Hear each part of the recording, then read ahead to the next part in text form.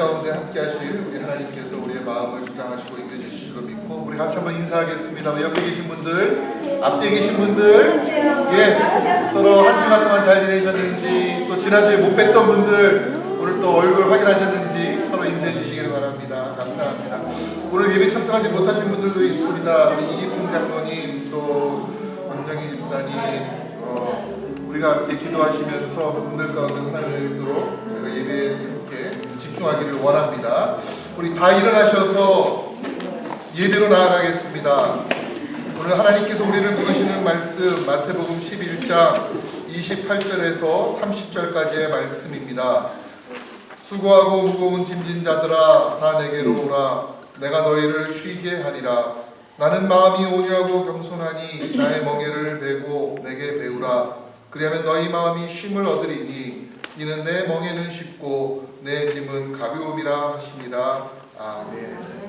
하나님 아버지, 오늘도 우리를 불러 하나님의 자녀로서 주 앞에 서게 하심에 참으로 감사를 드립니다. 우리를 둘러싸고 있는 이 세상의 환경과 상황들이 아버지 하나님 그렇게 좋지 못한 것 알고 있습니다. 그러나 우리가 할 수 있는 가장 좋은 일들, 하나님께 나와 예배하고 하나님의 은혜를 구하고 하나님의 역사하심을 간구하며 우리가 나아왔습니다. 아버지 하나님, 기도하는 자들로 인해서 이 땅 가운데 주님 주시는 평안과 은혜가 넘쳐나게 도와주시고 오늘 예배드리는 모든 이 땅에 있는 교회와 선교지들 가운데에 동일한 마음, 동일한 성령, 동일한 은혜가 넘쳐날 수 있도록 주여 도와주시옵소서. 예수님의 이름으로 감사하며 기도하옵나이다. 아멘. 전능하사 천지를 만드신 하나님 아버지를 내가 믿사오며 그 아들 우리 주 예수 그리스도를 믿사오니 이는 성령으로 잉태하사 동정녀 마리아에게 하시고 본디오 빌라도에게 고난을 받으사 십자가에 못 박혀 죽으시고 장사한 지 사흘 만에 죽은 자 가운데서 다시 살아나시며 하늘에 오르사 전능하신 하나님 우편에 앉아 계시다가 저희로서 산자와 죽은 자를 심판하러 오시리라. 성령을 믿사오며 거룩한 공예와 성도가 서로 통하는 것과 죄를 사하여 주시는 것과 몸이 다시 사는 것과 영원히 사는 것을 믿사옵나이다. 아멘.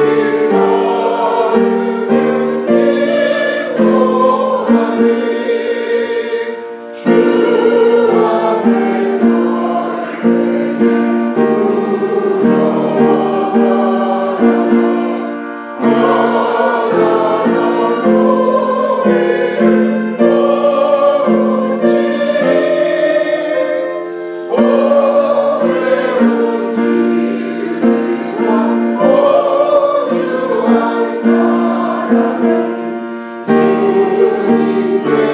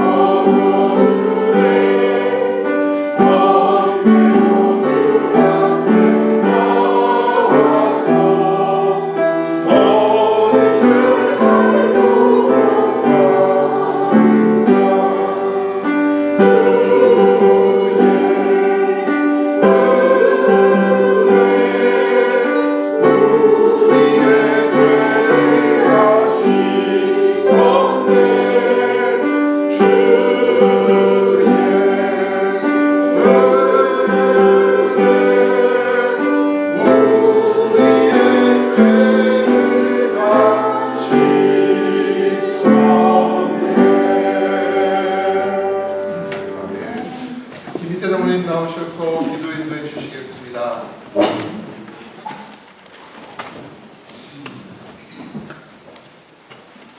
예배 후 한 주간도 우리를 말씀으로 인도해 주시고 동행해 주시며 우리의 모든 기도를 응답해 주신 아버지 하나님, 영육간의 일용할 양식을 허락하시고 나아갈 방향을 밝혀 주시며 어떻게 나아가야 될 지침을 허락하신 아버지 앞에 감사를 드립니다. 우리에게 예배를 허락해 주셨사오니 우리의 마음과 정성을 받으시고 우리 모두를 만지시며 교통하는 시간 되게 하여 주시옵소서. 교회를 허락하시고 세상의 그루트기처럼 말씀을 기준하여 이어가게 하시고 연결되게 하시며 맡겨진 선한 청지기의 사명을 감당할 수 있도록 우리를 굳게 붙잡아 주시며 합력하여 모든 것이 하나님 앞에 손을 이룰 수 있도록 우리를 인도하여 주시옵소서. 매 순간마다 하나님 말씀하시며 기도하는 마음으로 하나님만을 바라보게 하시고 좌로나 우로나 치우치지 않도록 우리의 상황을 다스리시기를 기도합니다. 그리하여 우리를 새롭게 하시고 새롭게 빚어주시고 그리하여 건강한 공동체와 교회가 되게 하여 주시옵소서. 수술을 마치고 치유를 기다리는 우리의 식구들을 위해서 기도합니다. 하나님, 저들을 직접 찾아가 주시어서 성령님 안수하여 주시어서 이전처럼 깨끗이 회복되게 하시고 고쳐주심에 감사하는 하나님의 음성을 들을 수 있는 저들 되게 하여 주시옵소서. 모여서 합심하는 우리의 기도를 들어 응답하시고 흩어져 작은 신음까지 하나님 앞에 드리는 우리의 모든 중보의 기도를 하나님 응답하여 주시옵소서. 세상이 약하고 의롭지 못한 일들이 우리의 앞을 가로막을지라도 예상 밖의 사건들이 우리를 절망에 빠뜨릴지라도 하나님을 향한 믿음의 소망은 날로 견고할 수 있게끔 우리에게 용기와 자신감을 더하여 주시옵소서. 이 시간 우리를 이곳에 모이게 해주셨사오니 목사님을 통해 하나님의 음성을 전해 듣는 우리 모두에게 선한 양심과 성령의 인치심을 받은 마음밭을 갖게 주시옵소서. 전하시는 목사님에게 축복하시고 영육간에 강건하게 붙들어 주시기를 간절히 바라오며 모든 예배의 순서와 섬김과 우리의 정성을 받아 흠양해 주시기를 바라오고 예수 그리스도의 이름으로 기도합니다.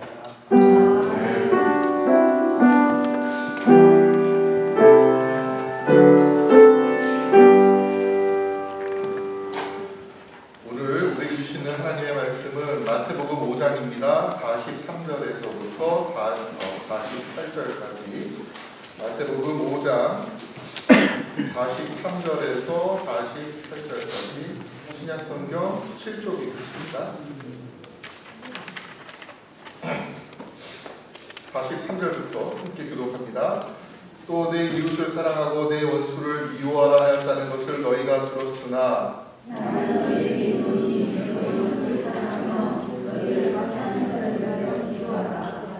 이같이 한즉 하늘에 계신 너희 아버지의 아들이 되리니 이는 하나님이 그 해를 악인과 선인에게 비추시며 비를 의로운 자와 불의한 자에게 내려주심이니라.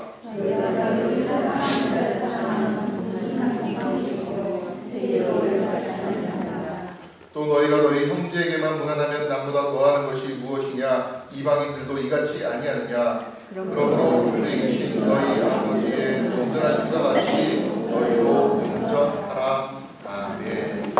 이 시간 시험성가대 나오셔서 찬양으로 하나님께 영광 돌리겠습니다.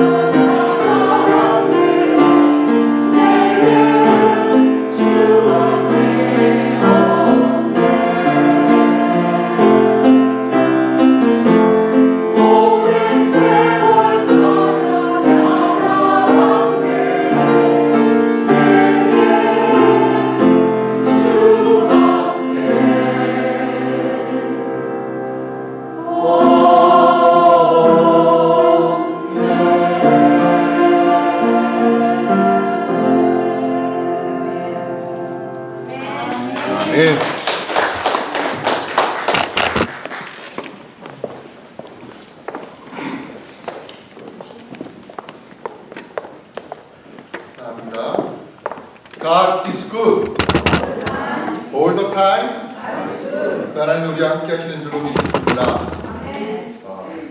오늘 우리가 읽은 말씀은 마태복음 5장입니다. 그리고 또 마태복음 5장은 우리 그리스도인들에게는 매우 친숙한 말씀이잖아요. 그죠? 5장부터 7장까지 우리가 다 알다시피 산상수훈이라고도 하고 또 누가복음에는 또 평지설교라고도 하는데 특별히 우리가 1절부터 12절까지 팔복이라고 하는 말씀 너무나 잘 알고 있고 사랑하죠. 그리고 너희는 세상의 빛이 되라 소금이 되라 하신 말씀도 우리가 좋아합니다. 근데 이 말씀들을 읽으면서 어떤 생각이 드는가 하면 그럼 예수님께서 왜 우리에게 팔복을 가르치셨을까? 물론 위로하는 자는 복이 있나니 위로받을 것이고 또 이런 말씀들이 다 중간중간에 그 의미가 숨어져 있지만 궁극적으로 왜 예수님께서 우리에게 팔복을 주셨을까?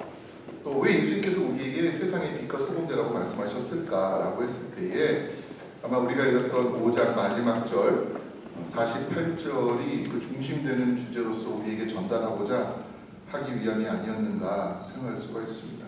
48절에 보니까 예수님께서 제자들에게 그리고 오늘날 우리에게도 그러므로 하늘에 계신 너희 아버지의 온전하신 것 같이 너희도 온전하라 이렇게 말씀을 해주셨습니다. 근데 이 말씀은 이렇게 말하기가 쉬운 말씀이 아닌 것 같아요. 또 듣기에도 쉬운 말씀이 아닌 것 같습니다. 그냥 정보를 주는 것이 아니라 우리에게 사실은 실천을 요구하지 않습니까?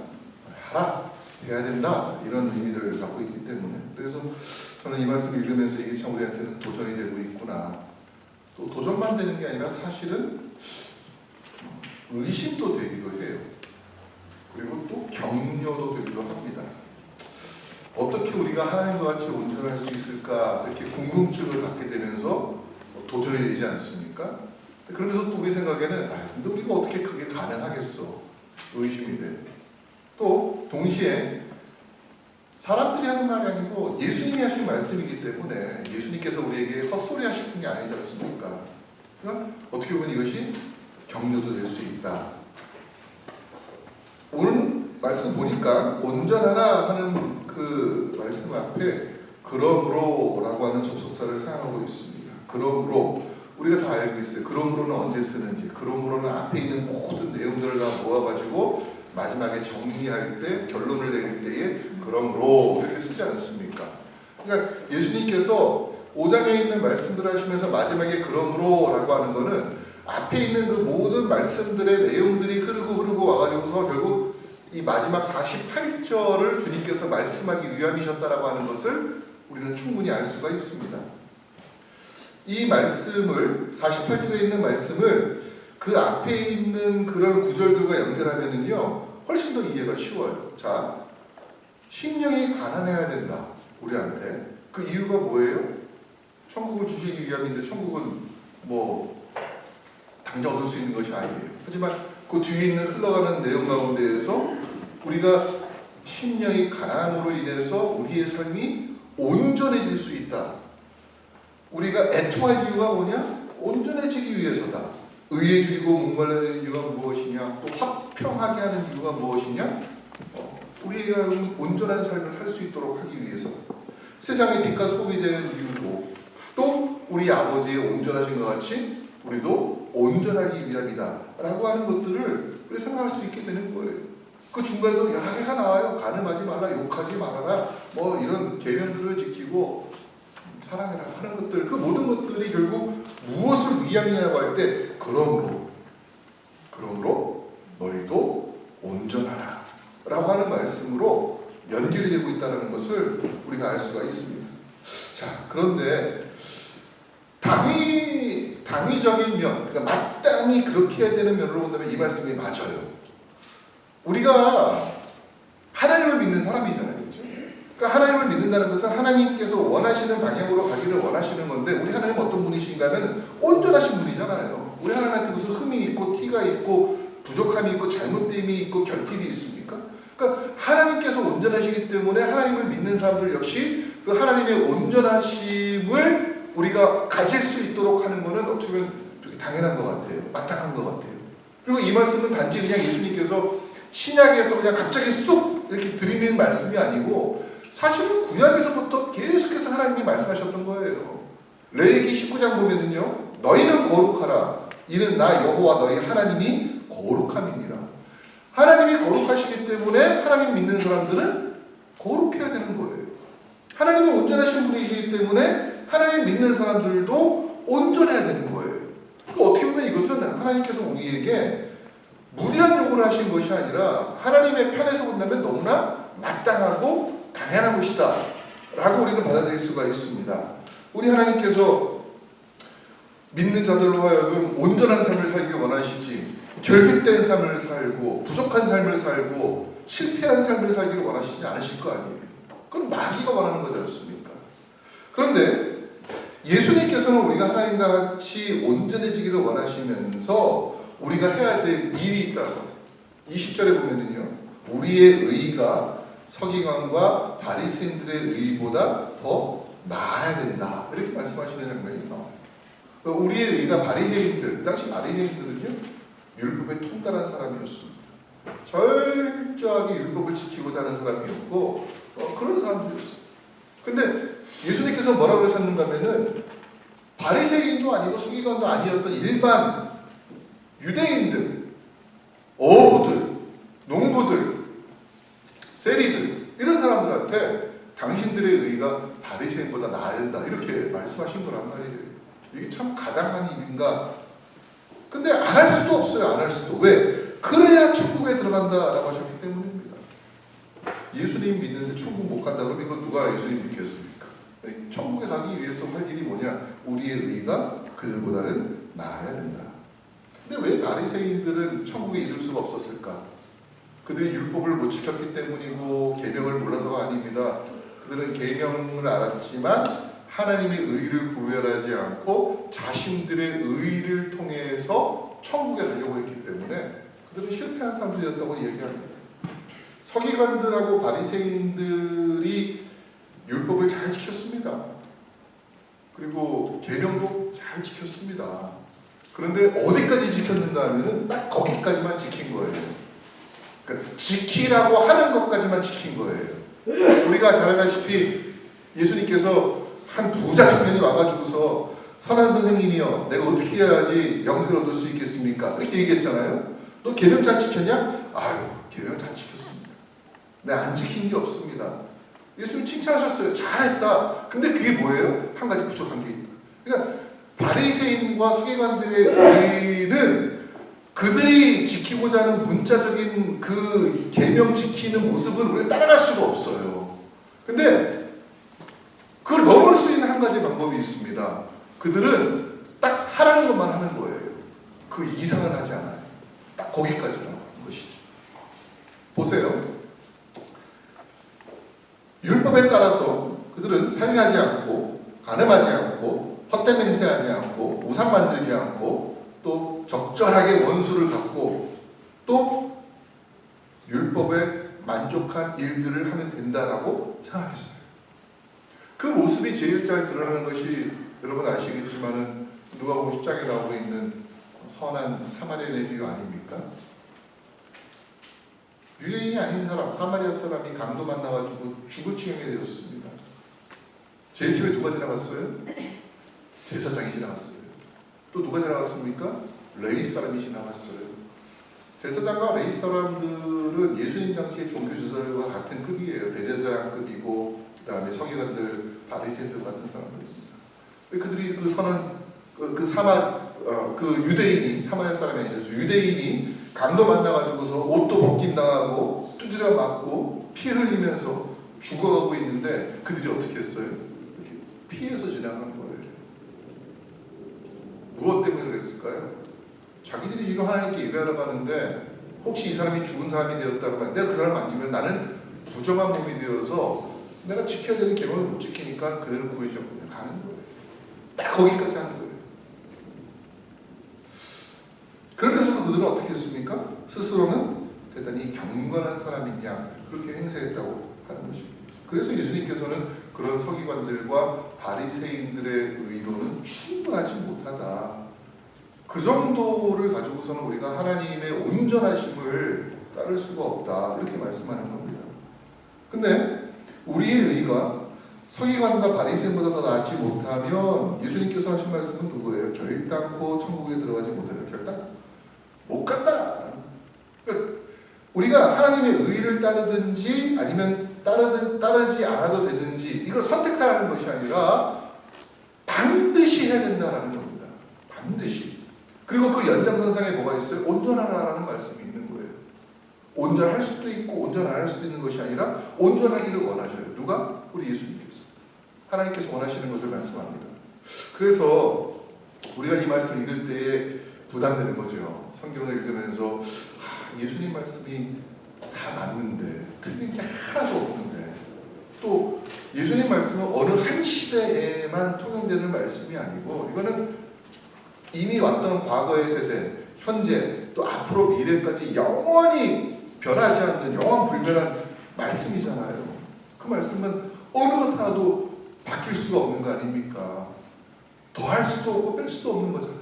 그러니까 예수님 말씀은 분명히 맞는 것이고 이것이 모든 시대와 모든 상황, 모든 장소에 다 동일하게 적용되는 것을 우리가 믿기 때문에 신앙의 삶을 살고 있는데 예수님께서 우리에게 온전하라고 하시니까 부담스럽다는 말이죠. 세상의 빛과 되는 삶, 형제에게 노하지도 않고 또 바보, 멍청이라고 욕하지도 않고 또 원망들을 말할 일 있으면 빨리 달려가가지고서 바로 용서를 구하고 또 마음에 조금의 음행도 품지 않고 약속한 것은 반드시 지키고 또 남이 요구하면 들어주고 뭐 오리를 가라 그러면 심리를 가지고 야 이거 물론 이상적으로 너무 대단한 삶이잖아요. 그렇죠? 만약에 세상에 이런 정신이 구현되어서 온전해진 사람들만 넘쳐난다 하면은 저기 있는 전쟁 일어날 수가 있겠습니까? 환경, 자연이 훼손되고 또 사람들 간에 분쟁이 있고 남의 물건을 그냥 훔쳐오거나 아니면 다른 사람을 속여가지고서 빼앗고 이런 일들이 있을 수 있겠냐는 거예요. 어떻게 보면은요, 하나님께서는 우리에게 온전하라고 하셨는데 세상은 온전해지는 것 같지가 않습니다. 그러면은요, 교회만이라도 좀 온전해져야 될 것 같아요. 이런 삶을 살기를 원하는 것 같아요. 근데 과연 현실을 볼 때 물론 그런 부분도 있지만 그렇지 않은 부분도 발견할 때마다 우리는 온전하라 그러니까 죄의식을 느낍니다. 나 이거 온전하지 못하는데 이거 어떻게 해야 되나? 이 온전하지 못한 모습을 가지고 내가 믿음 생활을 계속 해야 되는가? 우리의 삶이라는 게 나이가 들수록 더 발전하고 더 온전해지는 것이 아닌 것처럼 보이잖아요. 기억력이 감퇴됩니다. 육신도 약해집니다. 전에 없던 질병도 생기게 됩니다. 그러면서 우리는 이게 기력도 약해지고 힘드는데 내가 옛날에는 정말 왕성하게 내가 주님을 위해서 봉사했던 것 같은데 점점 내가 그걸 못하고 있으니까 나는 온전해지는 게 아니라 자꾸만 더 퇴보하는 느낌이 든단 말이에요. 그래서 우리는 이 말씀 읽을 때 부담된다. 그런 마음을 갖는 겁니다. 그래서 우리는 예수님의 말씀에 대해서 둘 중에 하나가 아니겠는가? 예수님이 맞거나 우리가 맞거나. 예수님이 틀릴 분은 아니니까 예수님께서는 불가능한 요구를 하는 것이 아니니까 우리가 틀렸나 보다. 그런데 또 그럼 우리가 다 틀린 건가? 이렇게 지음받았는데 어떻게 하겠어? 이렇게 생각하기도 한단 말이에요. 우리는 세 번째 옵션을 생각해야 됩니다. 그것은 뭐냐? 예수님께서 온전하라고 하신 말씀을 완성형으로 생각할 필요가 없다는 것이죠. 예수님께서 온전하라고 했을 때 그것을 결과론적으로 생각해서 우리의 삶에 적용할 그럴 필요가 없다는 거죠. 그것이 완성되어 있는 모습, 즉 온전한 그 자체가 목적이 될 때에 우리는 스스로를 속이게 되고 다른 사람들을 정죄할 수 있는 함정에 빠진다는 겁니다. 자, 이스라엘 사람들 구약에서부터 지금 이스라엘 사람들은 예수님 잘 믿습니까? 예수님 안 믿잖아요. 지난주가 충격적인 사진. 이스라엘 병사가 레바논 헤즈볼라랑 싸우면서 들어가가지고서 예수님 상을 거꾸로 쳐갖고서 거기다가 망치로 내려치는 모습을 우리가 봤잖아요. 그러니까 어떻게 보면은요, 그들이 거룩하라고 하셨지만은 오늘날 현대 모습 보면은 거룩한 모습은 별로 보이지 않고 오히려 우리가 보기에는 쌈딱 같다. 이런 생각이 들 때가 있습니다. 그래서 우리는 온전함이라고 하는 것을 어떤 결과로서 내가 쟁취할 것, 내가 온전함이라고 하는 것을 내 목적으로 삼으려고 할 때 우리가 저지를 수 있는 함정이 뭔가 하면 바리새인처럼 될 수 있다는 거예요. 온전함이라고 하는 그 개념 자체가 우리한테는 또 다른 바리새인과 같이 될 수 있는 요건이 있다라고 하는 겁니다. 바리새인들 어떻게 했습니까? 야, 내가 안식일 지키는데 너네 안식일 못 지켜. 너는 죄인이야. 내가 지금 열심히 이렇게 성전을 해서 너는 성전을 안 가. 너는 죄인이야. 나는 이렇게 나는 일주일에 3일씩 이렇게 기도하고 금식하고 그러는데 너는 왜 안 해? 이렇게 된단 말이에요.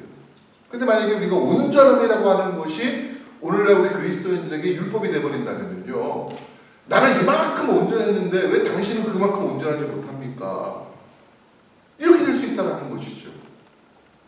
우리가 주의해야 될 것이 무엇인가 하면은 예수님께서 우리에게 주신 이 귀한 말씀들을 오늘 21세기에 또 다른 율법주의로 만들어버릴 수 있는 위험이 참 많다라는 겁니다. 우리가 믿음 생활하면서 성경을 문자적으로 보고 성경에 있는 내용들을 마치 문자적으로 나에게 적용하고 다른 사람에게 적용할 것으로 안다면은 그때 우리는 성경 말씀까지도 일종의 주문서, 율법서처럼 만들 수 있다는 겁니다. 예수님께서 우리가 복음서를 보면은요, 곳곳에 여러 차례 하신 말씀이 있어요. 내가 율법을 폐하러 온 것이 아니라 나는 율법을 완전케 하러 왔다, 이렇게 말씀하셨어요. 율법을 지키려고 하면 할수록 우리는 더 율법을 범하는 죄를 짓게 됩니다. 율법의 정신을 훼손하게 되고 율법의 형식을 지키고 율법의 모양은 갖춰 있는데 율법에서 말하고 있는 하나님 사랑과 이웃 사랑의 정신이 무너지는 거예요. 그래서 예수님께서는 내가 율법을 폐하러 온 것이 아니고 율법을 완성하게 왔다 하시면서 예수님은 스스로가 율법을 완성하는 모습을 보여주셨습니다. 그 방법이 무엇입니까? 사랑입니다. 율법이 하나님 주신 것이기 때문에 율법 그 자체는 문제가 있는 게 아니에요. 근데 이스라엘 사람들, 특별히 유대인들, 바리새인들과 서기관들이 했던 것은 무엇인가 하면 그 율법에서 정신을 빼버린 겁니다. 하나님 사랑의 정신과 이웃 사랑의 정신이 빠졌을 때에 그들은 율법을 율법주의로 만들어버린 것이죠. 예수님께서 오늘 우리에게 하늘에 계신 너희 아버지의 온전하신 것 같이 너희도 온전하라 이렇게 하셨을 때에 우리는 알아요. 우리는 죽었다 깨나도 하나님과 같이 온전할 수가 없는 존재라는 것을 알고 있어요. 절대로 이 땅에 있는 어느 누구도 아무리 성이 문제라 할지라도 하나님과 같이 온전할 수가 없어요. 근데 그걸 우리가 목표로 삼겠다고 하면 어떻게 되겠습니까? 위선자가 되거나 아니면 실패자가 되는 그게 안 되는 거죠. 우리가 창세기 보면은 이 부분을 실수해가지고서 망한 사람이 나옵니다. 누가 그랬을까요? 하와가 그랬어요. 하와. 사탄이 선악과를 먹으면 너의 눈이 하나님처럼 밝아질 것이라고 얘기했어요. 근데 하와는 어떤 생각했는가 하면은 하나님처럼이지 하나님이 되는 건 아니잖아요. 근데 스스로가 하나님의 말씀을 버리고 하나님의 위치에 가고자 하는 그런 모습을 보였다는 것이죠. 우리가 기억할 것이 무엇인가 하면 우리는 하나님의 형상으로 지음받았지 하나님으로 지음받은 것이 아니에요. 그러니까 우리의 어떤 믿음 생활에 있어서 온전치 못한 것은 이상한 게 아니고 매우 당연한 겁니다. 그렇기 때문에 오늘 말씀에서 우리는 하나님의 온전하심을 닮아가라는 것, 하나님의 형상으로 살아가라는 것이지 우리에게 하나님 되라고 하는 것이 아님을 분명히 생각해야 됩니다. 그래서 여기에 세 가지 의미가 있다 저는 생각을 합니다. 첫 번째는요, 이 온전이라고 하는 단어를 가만히 헬라어를 보면 이것이 완성된 어떤 결과물을 말씀하시는 것이 아니라는 겁니다. 어떤 과정을 말하는 것이지 이것이 결과, 완성된 그 마지막의 그 작품을 말하는 것이 아니라는 거예요. 예수님께서 말씀하신 온전하라라고 하는 헬라어는 텔레이오스라는 말이에요. 텔레이오스라는 말은 어떤 흠이 없는 상태, 완전한 상태를 말하는 것이 아니라 과정이라는 겁니다. 과정. 성장하는 과정, 성숙한 과정, 어떤 목표를 향해서 도달하는 과정을 말하는 것이지, 이 온전이라는 말이 마치 딱 결론을 짓고서 너 온전해? 온전하지 않아? 지금 네 상태가 어때? 이걸 묻는 게 아니라는 거예요. 이 온전하라는 말은요, 한 번에 한 지점을 말하는 것이 아니라 계속 가는 상태를 말하는 겁니다. 계속 가는 상태. 지금 온전하지 않아도 괜찮아요. 내일은 어떨 수 있어요? 내일은 온전함에 좀 더 가까이 가는 겁니다. 어저께 우리는 부족했어요. 하지만 오늘 내가 그것을 깨닫고 내가 돌이키고 회개해서 예수 믿었다면 나는 어제와는 전혀 다른 온전한 모습으로 있게 된 거예요. 그러니까 어떠한 상태가 아니고 꾸준히 진행하는 과정이 바로 온전하라라고 하는 의미입니다. 바울이 이러한 것을 잘 이해하고 빌립보서 3장 12절에서 14절까지 말한 것이 있습니다. 내가 이미 얻었다함도 아니요 온전히 이루었다함도 아니라 오직 내가 그리스도 예수께 잡힌 바 된 그것을 잡으려고 달려가노라. 형제들아, 나는 아직 내가 잡은 줄로 여기지 아니하고 오직 한 일, 즉 뒤에 있는 것은 잊어버리고 앞에 있는 것을 잡으려고 표대를 향하여 그리스도 예수 안에서 하나님이 위에서 부르신 부름의 상을 위하여 달려가노라. 이게 바울의 고백이에요. 여기서 말하는 온전하다는 말은 이 바울의 고백과 딱 맞는 표현입니다. 마치 아이들이 자라면서 어른이 되는 것처럼 우리가 예수 안에서 우리의 믿음이 날마다 눈에 보이진 않지만 그 과정 가운데 성장하고 있는 모습을 오늘 우리에게 알려주고 있습니다. 보세요. 바울과 같은 사람도 뭐라고 말합니까? 내가 이미 얻었다함도 아니요 온전히 이루었다함도 아니다. 나가 하는 건 뭐냐? 내가 하는 일은 표대를 향해서 달려가는 것밖에 없다. 그날에 하나님께서 나에게 주신 멸류관을 향해서 나는 오늘도 뭐하고 있어요? 멈춰있는 상태가 아니라 달려가고 있다. 그러니까 우리가 이 세상 살아가면서 어느 누가 하나님과 똑같이 온전한 상태로 사는 사람이 어디 있습니까? 다 흠이 있고 부족하고 연약함이 있습니다. 그런데 예수님께서 우리에게 하나님의 온전하심과 같이 온전하라고 하는 것을 그것이 하나님 안에서 우리가 매일매일 날마다 달려가는 과정이라고 생각한다면요, 우리는 우리 자신에게 좀 더 너그러질 수가 있습니다. 우리는 다른 사람에게 좀 더 너그러질 수가 있습니다. 이게 예수님께서 우리에게 말씀하신 온전하심의 모습이라고 말할 수가 있죠. 두 번째로 이 온전하심이라고 하는 단어에다가 사랑이라는 말을 넣어보면은 그 의미가 더 분명하게 드러납니다. 하나님의 사랑하신 것 같이 너희도 뭐하라? 사랑해라. 사랑이라고 하는 거는 어떤 딱 완성되어 있는 결과가 아니잖아요. 사랑은 발전합니다. 사랑은 성장합니다. 사랑은 더 폭이 넓어집니다. 어떻게까지 폭이 넓어집니까? 우리가 이 말씀을 보면요, 이 말씀이 우리가 43절부터 47절 그 다음에 48절이 나오고 있어요. 43절에서부터 47절까지의 말씀을 보시면 이 말씀이 뭐에 대한 말씀인지를 알 수가 있습니다. 이 말씀은 원수 사랑에 대한 말씀입니다. 원수 사랑.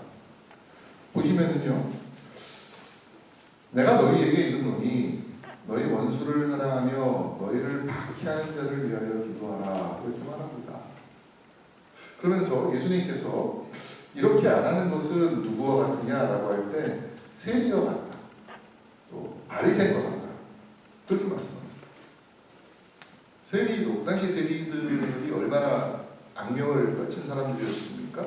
그 세리들도 자기들을 좋아하는 사람은 좋아해 주고 자기에게 잘해주는 사람은 자기도 잘해주고 바리새인도 마찬가지예요. 나에게 좋게 대하는 사람은 자기도 좋게 대해주는 거예요. 하지만 어떻게 합니까? 내 이웃은 사랑하고 내 원수는 미워하라. 이 율법을 지키는 거예요. 이렇게.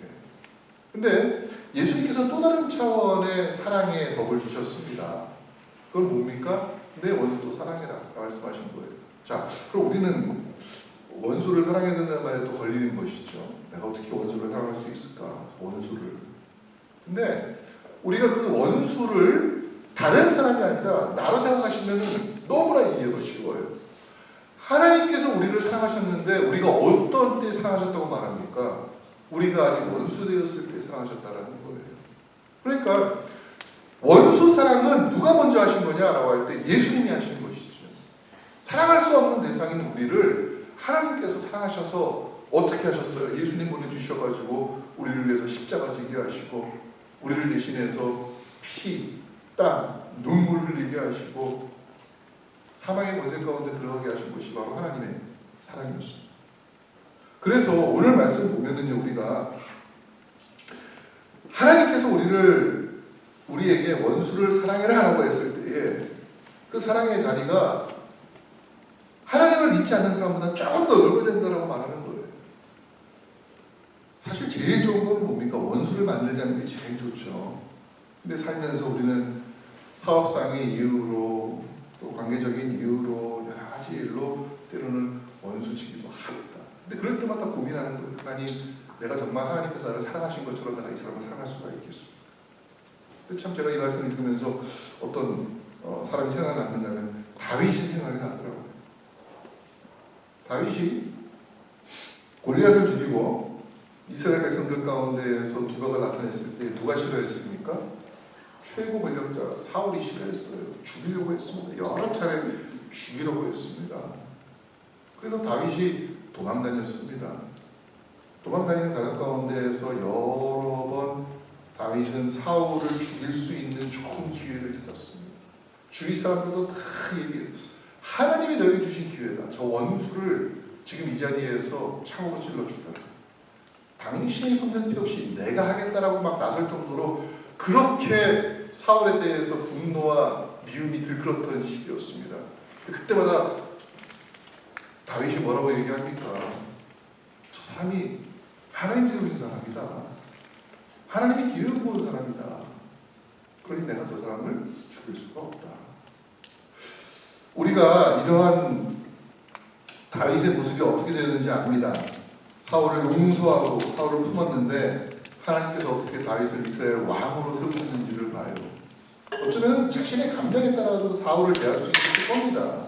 그럼 그 당시에는 기분이 좋을 수 있어요. 그런데 나중에는 어떻게 됩니까? 이스라엘 사람들이 다윗에게 돌아올 수가 없어요.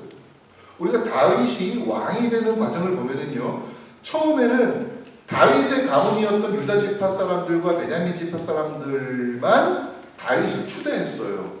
근데 나머지 10지파가 어떻게 다윗을 왕으로 추대했는가 하면은 사울이 죽은 다음에 나라가 어지럽고 힘들었을 때 그들이 다윗을 찾아가가지고서 당신이 우리의 왕이 되어줘야 됩니다 라고 부탁하는 그런 상황이 된 것이죠. 왜 그렇게 했을까? 다윗이 어떠한 태도로 사울을 대했는지를 그들이 봤기 때문이에요. 그래서 우리는 쉬운 일이 아니다. 우리가 사람을 사랑하는 것 쉬운 일이 아니고 특별히 원수를 사랑하는 것은 정말 어려운 일이지만 그러나 예수님께서는 우리에게 원수 사랑이 모든 사랑의 끝판왕이라고 얘기하셨고 우리가 그 사랑까지 가야 될 그리스도인이라고 말씀해주고 있습니다. 세 번째로 그럼에도 불구하고 우리는 힘들어요.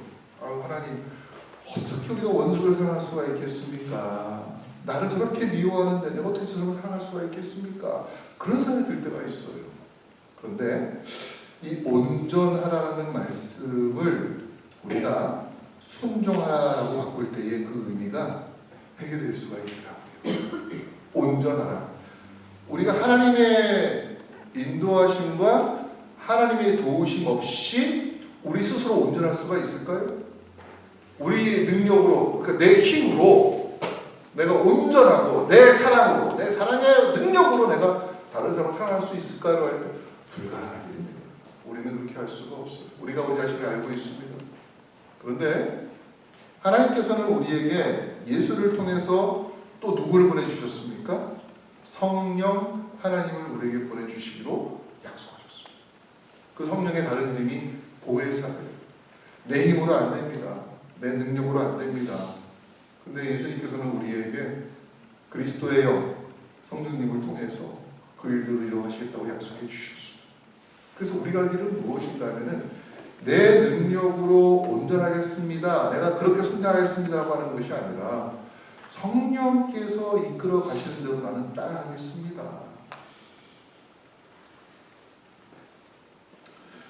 그것이 우리의 힘과 능력으로 하는 것보다 훨씬 더 좋은 일이고 더 빠른 길임을 우리가 알고 있습니다. 그렇게 훌륭한 바울도 뭐라고 고백하는가 하면 이렇게 고백합니다. 내 안에는 성령의 소욕과 육신의 소욕이 여전히 싸우고 있습니다. 오호라 나는 공부한 사람이로다 이 사망의 몸에서 누가 나를 건져내겠습니까? 이게 바울의 고백이었어요. 바울 같은 사람도 자기 안에 영적 싸움이 있고 그런 투쟁이 있고 그런 갈등이 있는데 우리가 어떻게 그거를 다 할 수 있다고 말할 수가 있겠습니까?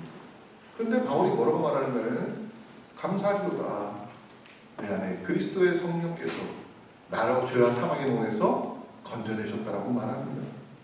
우리가 원수 사랑까지 해야 된다고 하지만 사실 이거는 우리의 힘으로 할 수 있는 영역이 아닙니다. 우리의 능력으로 할 수 있는 것도 아닙니다. 그러나 우리가 하나님 말씀을 따라 사는 사람으로서 결심하고 내가 성령의 인도하심에 순종하기로 우리가 굳게 마음을 먹을 때에 그때 또 성령께서는 우리의 마음을 그렇게 감화하시고 이끌어 가신다는 것을 우리에게 말씀해 주고 있습니다. 하나님께서는 우리가 하나님의 온전하심을 닮아서 온전하게 되는 그런 과정을 밟기를 원하십니다. 그럼 그로 인해서 얻을 수 있는 유익은 뭐냐라고 할 때 그때 하나님께서 우리와 동행하심을 깨닫는 겁니다. 우리의 능력으로 갈 수 없는 하나님 나라 성령께서 함께 동행해 주심을 우리가 마음속에 체험하는 것이다.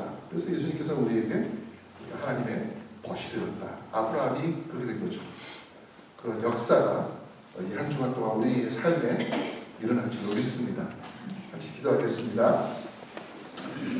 하나님 아버지, 오늘 우리가 예수님께서 말씀하신 것처럼 너희는 하나님의 온전하심과 같이 너희도 온전하라고 하는 말씀을 듣습니다. 이 땅을 살아가면서 그러나 이것이 쉽지 않은 것임을 잘 알고 있습니다.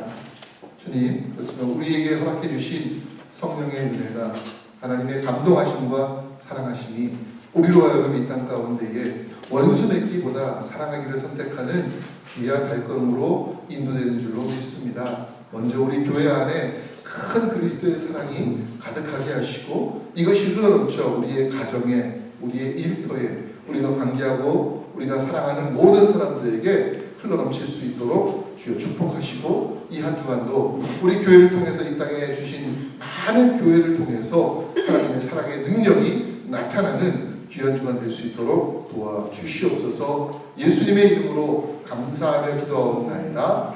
아멘. 우리 시간 다 함께 일어나셔서 복을 찬양합니다.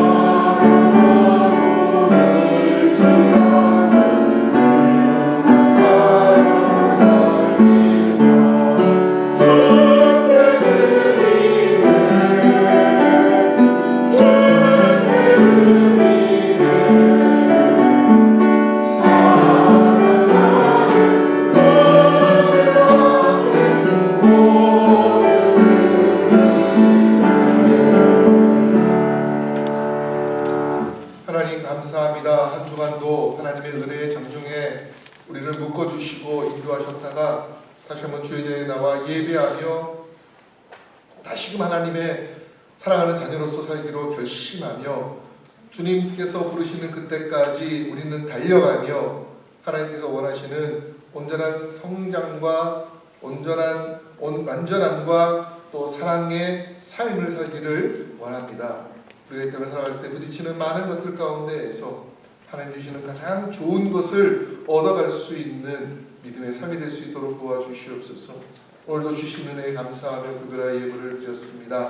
이 예물이 쓰는 곳마다 함께 하시고 주의 역사 나타나게 도와주시옵소서. 감사하며 예수님의 이름으로 봉헌 기도하옵나이다. 아멘. 우리 같이 한번 서로 인사합시다. 감사합니다. 우리 한 주간 동안 성령과 동행하며 살기를 원합니다. 예, 고맙습니다. 우리 교회 소식 같이 좀 나누겠습니다.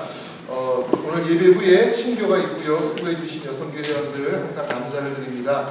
다음 주일에는요, 예배 후에 사랑방 모임이 있고 우리 일사랑방에서 친교를 준비해 주시기로 합니다. 그리고 지난주에 제가 광고 드렸는데요, 여호수아 랭카스타에 있는 사이트 앤 사운드 시어터에서 우리가 공연을 5월 13일 날 수요일 11시 것을 보려고 합니다. 근데 제가 오늘 아침에도 또 이제 티켓을 확인했더니만은 많이 남지가 않았더라고요. 지난주에 한 240개가 남았는데 오늘 보니까 한 120개 정도 남아서 오늘 5시, 4-5시쯤에는 제가 이제 티켓팅 해야 될 것 같아요. 현재 지금 6분 정도 지금 같이 가기로 하셨는데 차가 있으니까 한 2-3분 더 가실 수가 있어요. 그래서 여러분들 저에게 꼭 신청해 주시면 오늘 티켓팅 할 때 함께 하도록 하겠습니다. 그리고 권정희 집사님 계속해서 쉐디그로브 병원에 입원 중에 계십니다. 주중에도 통화를 했었는데 지난주보다는 좀 많이 회복이 되셨고, 또 우리 이기풍 장모님께서는 머리에 호스를 이렇게 수술하셨지만은 그 권 집사님은 그 다리를 통해서 이렇게 들어갔기 때문에 조금 좀 그래도 예후는 괜찮은 것 같아요. 하지만 여전히 좀 이렇게 불편하시고, 또 무엇보다 중환자실이기 때문에 간호사들, 의사들이 2시간마다 와서 계속 이렇게 깨워서 잠을 많이 못 주무셔서 피곤한 가운데 있습니다. 기도해 주시고, 예정대로 한다면은 이번 주 수요일에 아마 퇴원하시게 될 텐데 오늘 한번 가서 같이 좀 보고 스케줄을 좀 봐야 될 텐데 여러분들 계속 기도해 주셔서 이기풍 장로님 또 권정희 집사님 다 완쾌하시고 회복될 수 있도록 기도해 주시기를 부탁을 드리겠습니다. 예.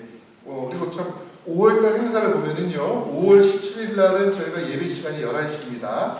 그날은 미국 교회 행사가 있어가지고서 예배 시간을 바꿨어요. 그러니까 5월 17일 날은 11시 예배인 거 다시 한번 확인해 주시고 스케줄 짜주시기를 부탁을 드리겠습니다. 이제 우리 다 함께 일어나셔서 폐회찬송 함께 합니다.